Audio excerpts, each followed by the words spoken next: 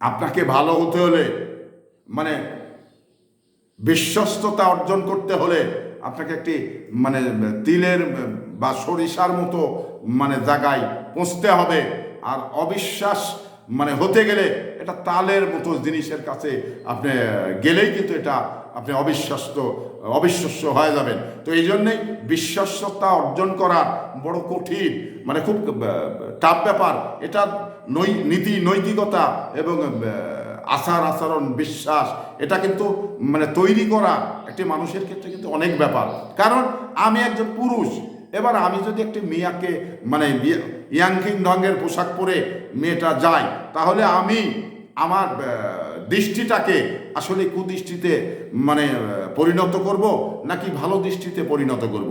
এবার অনেকেই আছে মানে ওটাকে কিন্তু কুদৃষ্টিতে মানে পরিণত করে। তো কুদৃষ্টি করাটাই আপনার জন্য বড় একটা ক্ষতির কারণ।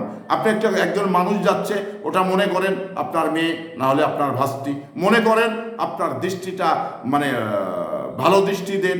তো এই ধরনের কিছু কাজ রয়েছে, সেই কাজগুলো থেকে আপনাদের যদি আপনার ইচ্ছা করেন তাহলে হয়তো মানুষ চেষ্টা করলে পারবে এবং পারা সম্ভব।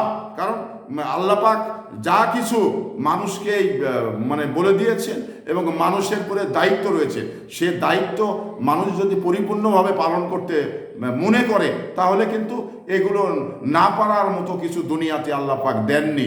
যেগুলো দিয়েছেন সেটা হলো মানুষের মানে ক্ষমতার ভিতরেই দিয়েছেন, মানুষ সেটা পারবে সেটাই ভেবেই কিন্তু আল্লাহ পাক পৃথিবীতে মানে কিছু জিনিস দিয়েছেন।